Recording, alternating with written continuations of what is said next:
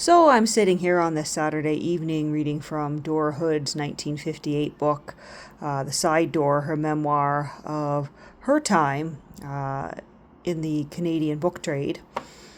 She had a used bookshop that she ran out of her house beginning in the late 20s.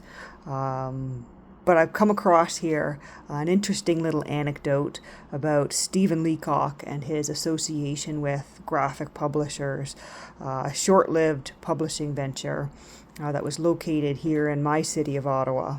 And so she says here on page 77, at first I used to flatter myself that Stephen Leacock examined my catalogues item by item. Later I wondered whether there wasn't a compelling attraction about the letter L.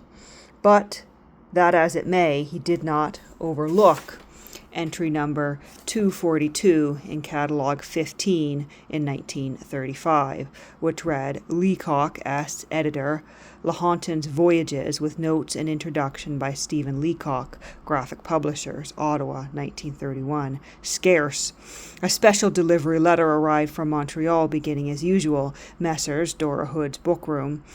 Dear Sirs, send immediately number 242. I never saw a copy of this book, nor was I ever paid for the work I did in editing. Yours truly, Stephen Leacock.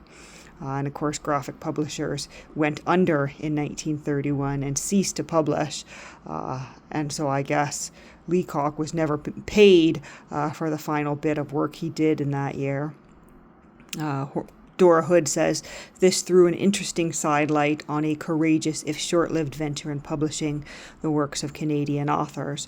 All I knew at the time was that a quantity of books bearing the name Graphic Publishers Ottawa on their title pages had a few years before appeared on the bargain counters of departmental stores in Montreal and Toronto, and that we, the dealers, had bought all we could lay our hands on. Among them were a few copies of Leacock's Lahontan. It was obvious that the concern had failed, and we were to reap the only rewards. There were other seductive titles which later became collector's items, and the stories behind these I shall relate elsewhere. For years the graphic publishers' titles drifted in and out of my stock, and though I asked, no one seemed to know who was responsible for the venture.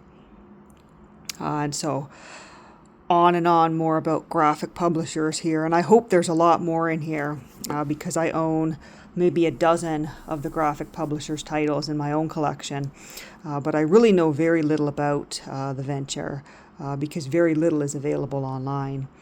So this is interesting to me. Graphic Publishers Clue.